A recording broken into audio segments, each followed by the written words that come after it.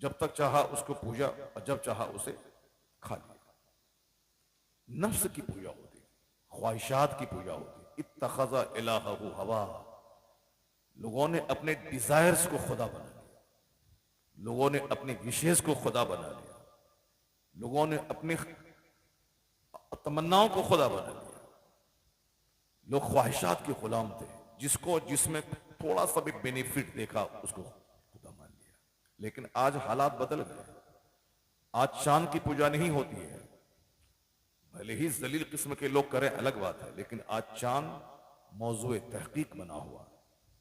आज चांद की पर रिसर्च हो रही कि चांद पे आदमी पहुंच रहा है, चांद पे बस्तियां बनाने की कोशिश हो रही है। तो जिसको खुदा कहा जा रहा था, आज उस चांद पे तहकीक होती है कि चांद को अपनी रोशनी है या ये चांद सूरज की रोशनी को मुस्तार लेकर चमक रहा है। सूरज की पूजा होती थी, लेकिन आज ऐसा नहीं है, बल्कि सूरज पे तहकीक हो रही है। सूरज पे लोग रिसर्च कर रहे हैं। सूरज मोशनलेस है, गतिहीन है, या फिर सूरज गतिशील है। सूरज महवे गर्दिश है या सूरज साकिन है। लोग इस पे रिसर्च कर रहे हैं। पहले उसको खुदा कहा जाता था। जब खुदा कहा जाता था तो फिर रिसर्च का कोई मतलब ही नहीं था। अध्ययन करना, शोध करना, खोज करना का कोई मतलब नहीं था। लेकिन आज उस सूरज पे तहकीक हो रही कि सूरज है क्या, सूरज बड़ा है या जमीन बड़ी है। आज रिसर्च करने वालों ने बताया कि ये आसमान का सूरज जमीन से करोड़ों गुना ज्यादा बड़ा है, जो हमारी निगाहों के सामने देखने में एक फुटबॉल गेंद जैसा लगता है, लेकिन वो जमीन से 1000 गुना नहीं, करोड़ों गुना ज्यादा बड़ा है वो सूरज।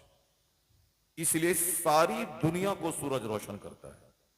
अगर बंदा कोई सूरज के पास चला जाए, उसको ये पूरी जमीन एक जर्रा का 1000वां हिस्सा दिखाई पड़ेगा। तो जो मौजूए इबादत था, उसको इस्लाम ने मौजूए तहकीक बना दिया। जो टॉपिक ऑफ वर्शिप था, उसको इस्लाम ने टॉपिक ऑफ रिसर्च बना दिया। आज मरीख पे रिसर्च है, जुहल और उतारत पे तहकीक हो रही है। आज लोग मंगल पे जाने की बातें कर रहे हैं। जब ये जमीन रहने के काबिल नहीं हो जाए, तो अब उसके लिए कोई दूसरा ठिकाना तलाश किया जाए कि इंसान रहेगा क्यों। क्योंकि जमीन का टेम्परेचर हाई हो रहा है, बर्फ पिघल रही है, समंदर के पानी की सतह में इजाफा हो रहा है। आने वाले वक्त में ये दुनिया रहने के लायक नहीं रहेगी। वैज्ञानिक कह रहे हैं, ये बात बिल्कुल सही है कि जमीन रहने के काबिल नहीं रहेगी। क्यों? इस्लामी नजरिया यह है कि समंदर के पानी में आग लगा दी जाएगी, समंदर के पानी को बहा दिया जाएगा। वअज़ल बिहार और फुज्जरत, आया है कुरान में कि जब समंदर को बहा दिया जाएगा, समंदर का पानी बह जाएगा, उसमें आग लगा दी जाएगी। वअज़ल बिहार और सुज्जरत, जब समंदर में आग लगा दी जाएगी, जब पानी बह जाएगा, उसमें आग लगा दी जाएगी, तो जमीन रहने के काबिल रहेगी? नहीं रहेगी। जमीन रहने के काबिल उस वक्त रहेगी जब टेम्परेचर मुनासिब हो, जिसमें मैं सांस ले सकूं, ऑक्सीजन वाफिर मिकदार में मौजूद हो। लेकिन जब टेम्परेचर हाई होगा, ऑक्सीजन नहीं मिलेगी, तो लोग तड़प तड़प के मर जाएंगे।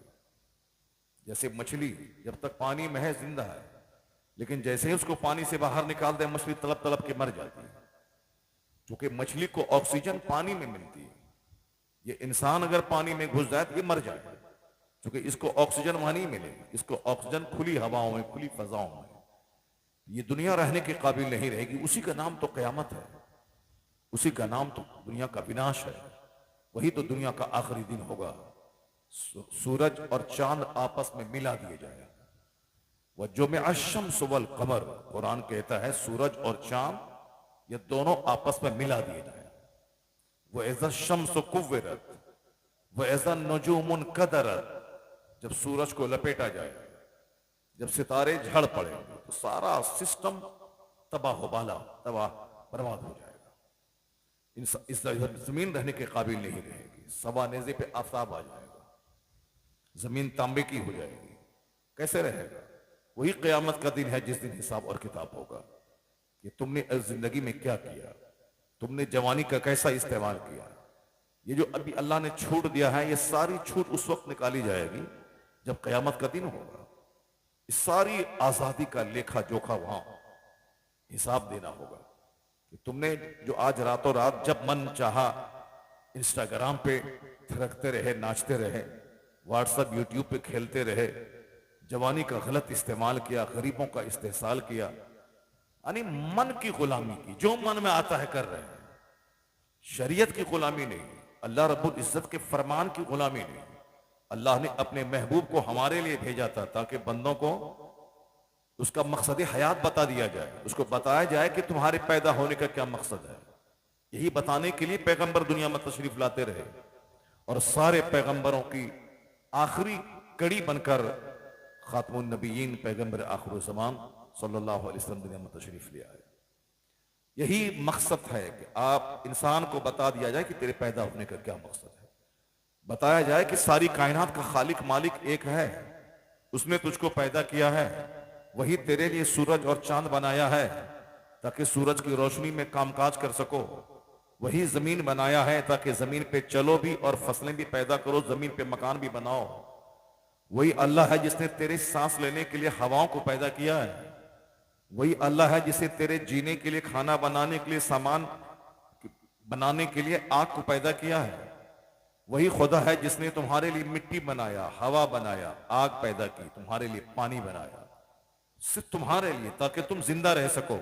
और जिंदा क्यों रहो? ताकि अपने रब करीम की इबादत कर सको। और फिर चंद दिन ही दुनिया में रहना है, फिर उसके बाद इस दुनिया का विनाश होगा।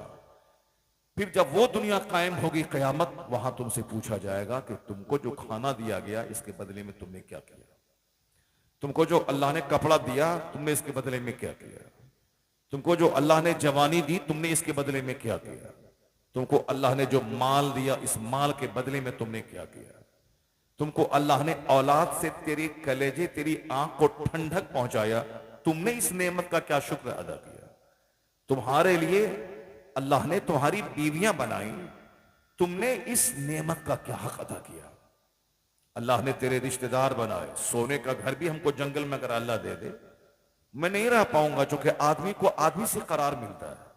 अगर आपको 50 करोड़ रुपए दे दे और सोने का घर कोई जंगल में बना दे, आप एक दिन में वहां से भाग जाएंगे, क्योंकि आप सांप के बीच नहीं रह पाएंगे, आप शेर के बीच नहीं रह पाएंगे, आप उल्लू और गीदड़ के बीच नहीं रह पाएंगे, आप इंसान के बीच ही रहेंगे। आप इंसान के बीच चाहे किराए का घर क्यों ना हो, चाहे मिट्टी का घर क्यों ना हो, मगर करार आदमी को आदमी के बीच में मिलता है।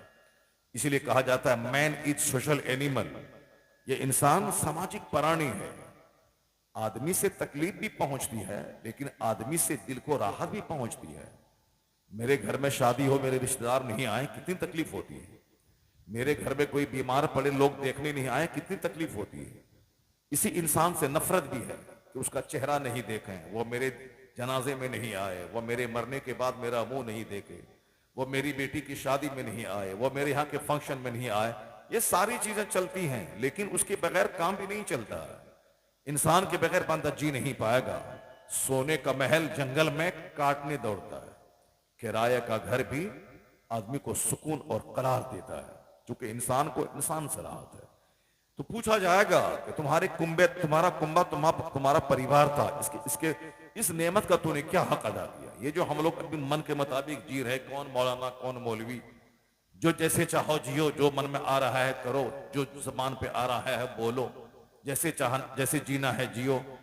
ये अल्लाह ने फ्रीडम, आजादी दी है ताकि तुम जैसे चाहो जियो। ये अमल माशी, हदीस में आया है कि do what do you want, करो जो तुम्हारे मन में आता है, अलबत्ता याद रखना जैसा करोगे वैसा अंजाम भुगतने के लिए तैयार रहना, क्योंकि तुम अपनी मर्जी से नहीं पैदा हुए, तुझको अल्लाह ने पैदा किया। तेरी बुनियाद बहुत कमजोर है। एक नापाक कतरा जो बाप की शर्मगाह से निकलकर मां के यूटेरस बच्चादानी में पहुंचता है, उसी नापाक कतरे से तुम पैदा हुए हो। इस बात को कभी मत भूलना। मां का माहवारी खून रोक कर मां की बच्चादानी में तेरी ग़िज़ा का इंतजाम किया गया, इस बात को मत भूलना।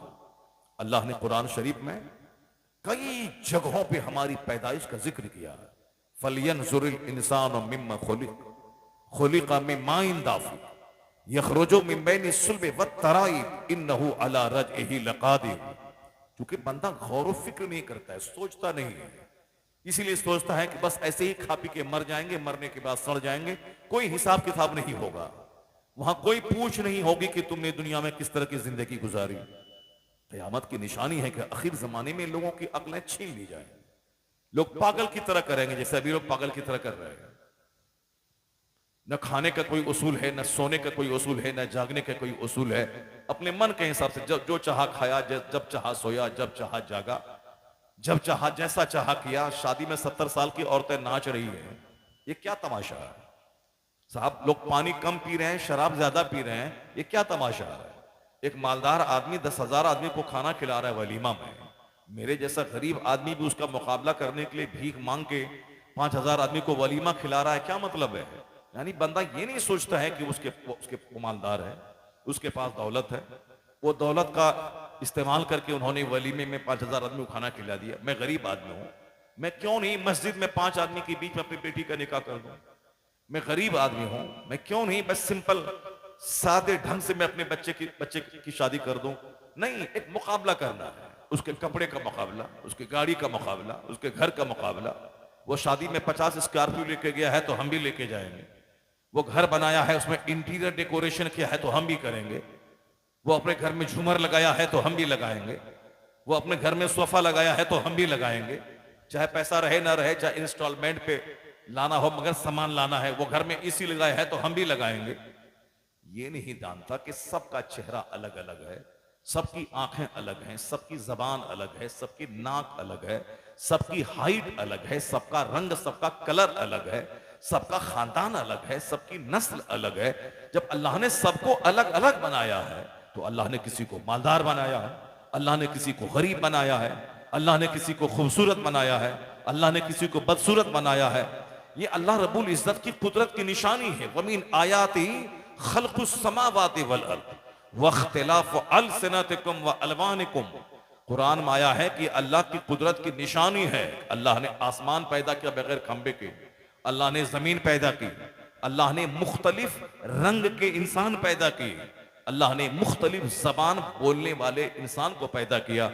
एक आदम की औलाद है, हजारों जबान लोग बोल रहे हैं, एक आदम अलैहिस्सलाम की औलाद है इंसान। आदमी का मतलब आदम से आदमी है, आदम अलैहिस्सलाम की औलाद है सारे आदमी। तो आदम अलैहिस्सलाम एक है, लेकिन उनकी औलाद हजारों जबान बोली, कोई फ्रेंच, कोई डच, कोई लैटिन, कोई इंग्लिश, कोई कन्नड़ा, कोई मलयालम, कोई तेलुगु, कोई गुजराती, कोई असमिया, कोई कश्मीरी, कोई हिंदी, कोई संस्कृत, बेशुमार जबानें हैं, डिफरेंट लैंग्वेजेस। एक बाप की औलाद डिफरेंट लैंग्वेजेस, एक बाप की औलाद कई कलर की, यानी कोई गोरा, कोई पीला, कोई साफ बिल्कुल प्योर व्हाइट, कोई गंदमी रंग का, और कोई नाटा, कोई ठगना, कोई बहुत लंबा, कोई मोटा। ये एक बाप की औलाद, ये अल्लाह की कुदरत की निशानी है कि वो अल्लाह कितना अजीम है जो एक बाप एक मां से हजारों जबान बोलने वाली औलाद पैदा कर दी है। एक मां एक बाप से हजारों रंग के लोगों को अल्लाह ने पैदा कर दिया।